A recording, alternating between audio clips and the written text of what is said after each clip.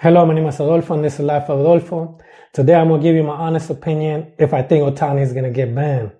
But first, I'm going to cover a couple of things of banning and so on in baseball. But I want to cover this quote by Jim Crane. If you don't know who Jim Crane is, he's the owner of the Astros. He basically blasts Ohtani and Mizuhara. He's the translator for Ohtani. And on the Ohtani thing, I'm just going to play devil's advocate. If he actually did it, do I think he's going to get banned?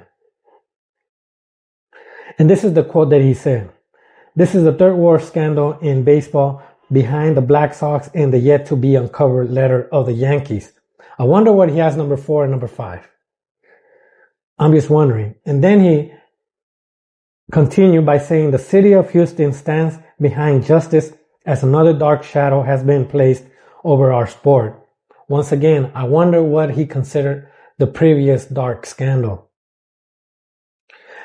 When he's talking about the Yankees letter, he's basically talking that the Yankees did something similar to the Astros, but it happened before they decided to make all these rules that you couldn't do certain things. The problem with the Yankees is that it went through courts that they have to open the letter, and they don't want to open it. They didn't want to. That makes it more intriguing that people want to know what's in that letter. Now, that's the U.S. Second Court of Appeals, and it got denied Yankees' request to keep it closed. Keep the letter. The information basically had technology violations that occurred before the commissioner issued the memo to all teams in September 2017 that they couldn't, the rules about the technology. They did get fined $100,000. It went to some hurricane relief. And it happened in 2017-2018 season. Now, do I think that the Yankees did something bad? Of course, because they got punished.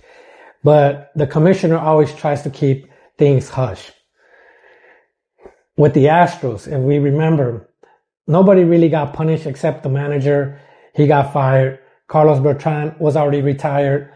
I believe he was trying to do something with the Mets, and they released him or they didn't give him the job. Joey Cora, the same thing. No player was punished as long as they basically became informants. So just remember that part. The players didn't get punished. The people that got retired, the people that were coaching did. And that's going to cover the Ohtani, Pete Rose. Do I think Ohtani's the same, on the same level with Pete Rose? We'll say that we're playing devil's advocate if he actually did it. Now, to cover these things that I'm mentioning right now, and I'm just going to go through the Ohtani. Do I think he's going to get punished if he actually did bet on baseball or he did do gambling? I believe that Major League is going to try to keep it more under the rug. And I do believe he might be punished in the form of probably a suspension, but not a ban. And also, they're going to tell him that he needs to get fined. He's going to get fined. That's what I think. Now, why do I think they're going to do that to him and not Pete Rose? Like I mentioned with the Astros, the only people that got punished are the managers and the coaches. Pete Rose was no longer a baseball player. He was a manager at that time with the Cincinnati Reds. He did say he didn't gamble on baseball. Ohtani is saying he did not gamble on baseball. At the beginning, there's a conflict with the stories that the first one, the second one, and so on. So we're going to play this devil advocate. For people that don't know, Pete Rose got banned. Before that, there's 2 players that got banned that a lot of people don't know. That were Mickey Mantle and Willie Mays. I guess they went and did a commercial with a casino and they got banned. I'm not sure if during the ban they went to the Hall of Fame or after the ban because they decided to uplift the ban and then they make the Hall of Fame. And the reason I say that is because Pete Rose couldn't make the Hall of Fame.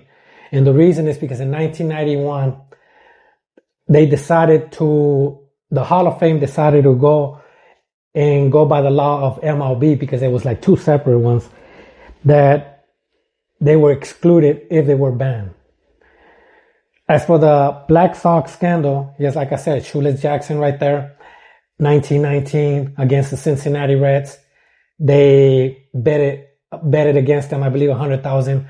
There's a controversy with Shoeless Jackson because he was hitting over 340 or 370, and it's impossible for him to cheat if he had a good average. At the same time, a lot of people say he should be in the Hall of Fame, but if, like I recall, like I told you, in 1991, that's when the law started. What I'm basically saying is he could have made Hall of Fame before that, but I'm not sure how much hatred they had against him. At the same time, those 8 players that got banned in the 1919 World Series, in 1921 they got banned, but it was 1919, the World Series.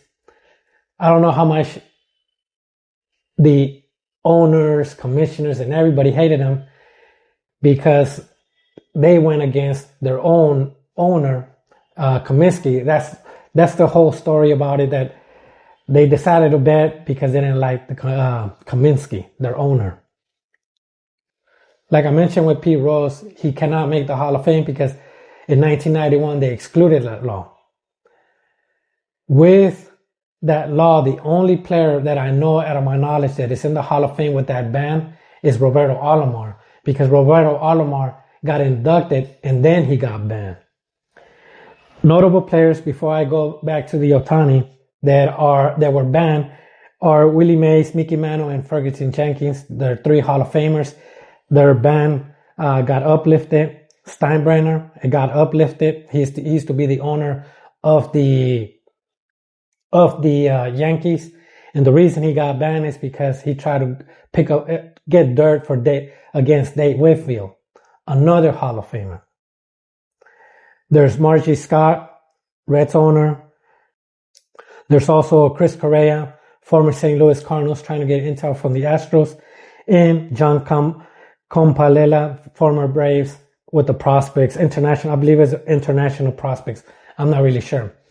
But like I said, what do I think about Ohtani? Is he going to get banned? I don't think. Like I said, I think it's going to be under the rug. For me, in 5 more years, he's going to be the greatest baseball player all time. And it's hard for baseball to do that.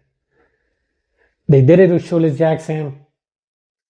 As for the Shoeless Jackson, the court basically, I'm not sure they threw it out, but they didn't convict him.